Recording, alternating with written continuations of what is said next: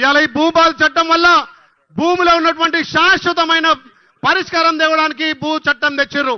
అదేవిధంగా మనందరికి ఎట్లయితే ఆధార్ కార్డు ఉందో, ఒక మనిషికి ఆధార్ కార్డు ఎంత ముఖ్యమో భూమికి భూధార్ కార్డు అంతే ముఖ్యమో, దానికోసమే భూధార్ చట్టం తీసుకొచ్చారు. కాబట్టి రైతులు గత 2020లో గత ప్రభుత్వం తెచ్చినటువంటి ధరణి లోపాల వల్ల ఇలా గ్రామాన సమస్యలు, ప్రతి ఇంట్లో అన్నదమ్ములు గుంట కూడా కొట్టుకొని చనిపోయిన రోజులున్నాయి.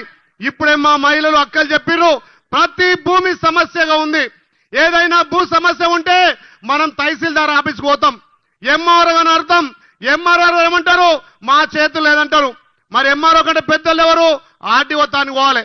ఆర్డీఓ ఏమంటాడు, నా చేతులు లేదంటాడు. మరి ఆర్డీఓ చేతులు లేకపోతే ఎవరు తానికి పోవాలి, జిల్లా మేజిస్ట్రేటు, కలెక్టర్ తానికి పోవాలి. కలెక్టర్ పోతే సంబంధం లేదంటాడు.